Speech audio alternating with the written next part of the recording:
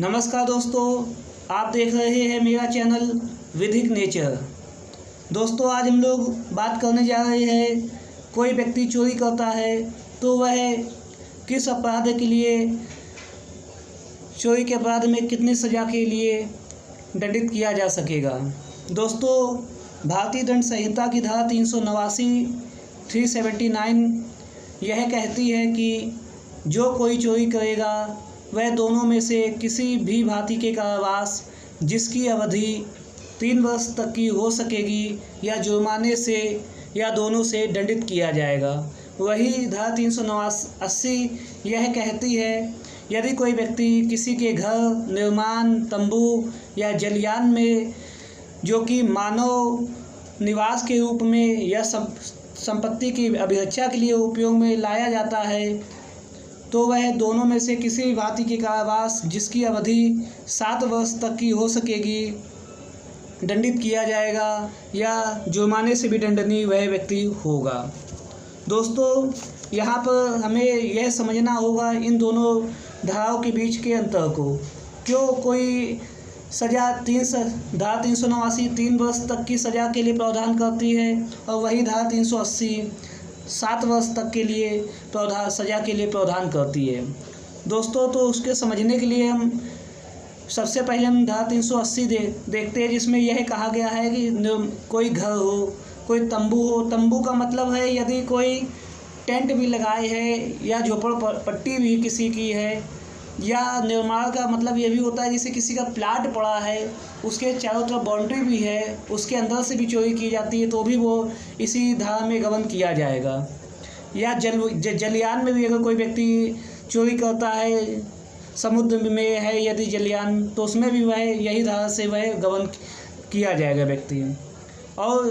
धारा 379 में यह देखा जाए तो धारा 379 इसलिए कहा गया, जैसे मान लीजिए उदाहरण के तौर पर कोई व्यक्ति रोड में कहीं जा रहा होता है,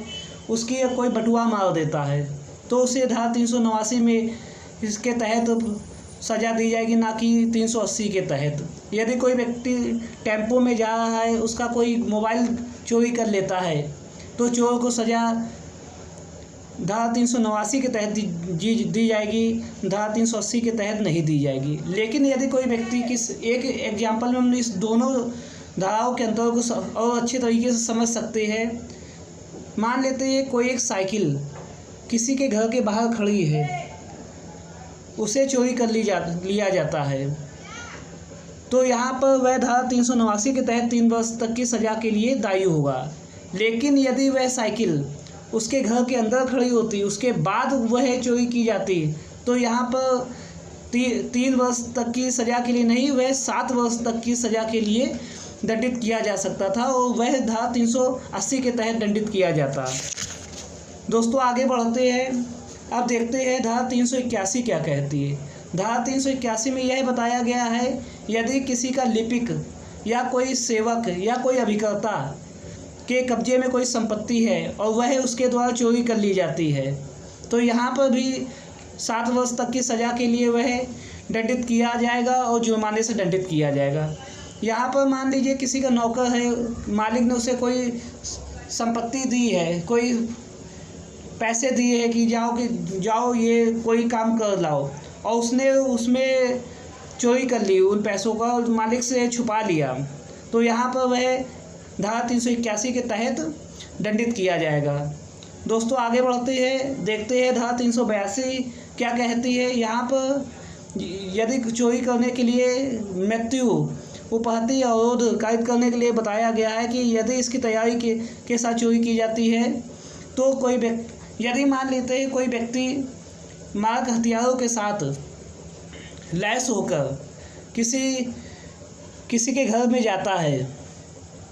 और वहाँ पर वह चोरी करता है, वहाँ जब वह पकड़ा जाता है तो वह धारा 382 के तहत उसको अपराधी घोषित किया जाएगा। और यहाँ पर यह धारा यह कहती है, जो व्यक्ति ऐसी मृत्यु, उपहति या अवरोध कायद करने की तैयारी के साथ पश्चात चोरी करता है,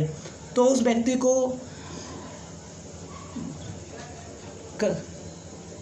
को की सज़ा वह दोनों में से किसी भी भांति की कारावास जिसकी अवधि 10 वर्ष तक की हो सकेगी जो कठोर कारावास होगा और जुर्माने से जो दंडित किया जाएगा। दोस्तों एक और उदाहरण से इस धारा को समझने की कोशिश करते हैं। मान लेते हैं कोई व्यक्ति चोरी करने के उद्देश्य से अपने साथ 5 लोगों को लेकर जाता है और किसी व्यक्ति की प्रॉपर्टी या उसके पास से वह चोरी करने के लिए प्रयास करने के तौर पर जाता है, वह पकड़ जाता है और वह उस व्यक्ति ने उन 5 लोगों को इसलिए लगा रखा था यदि वह पकड़ा जाता है तो वह आके उसकी मदद करे और उसका साथ दे। तो यहाँ पर वह इस धारा 382 के तहत उसे अपराधी माना जाएगा और उसे दंडित किया जाएगा। दोस्तों, मुझे यकीन है कि आपने चोरी के विषय में दिए जाने वाले दंडों को समझ लिया है। अब आगे अगर आपको और ऐसी ही वीडियो चाहिए हो तो आप मेरे इस वीडियो को लाइक कीजिए, इस चैनल को सब्सक्राइब कीजिए और बेल आइकन पे आगे की वीडियो को प्राप्त करने के लिए प्रेस करना ना भूलिए। बहुत बहुत धन्यवाद। जय हिंद।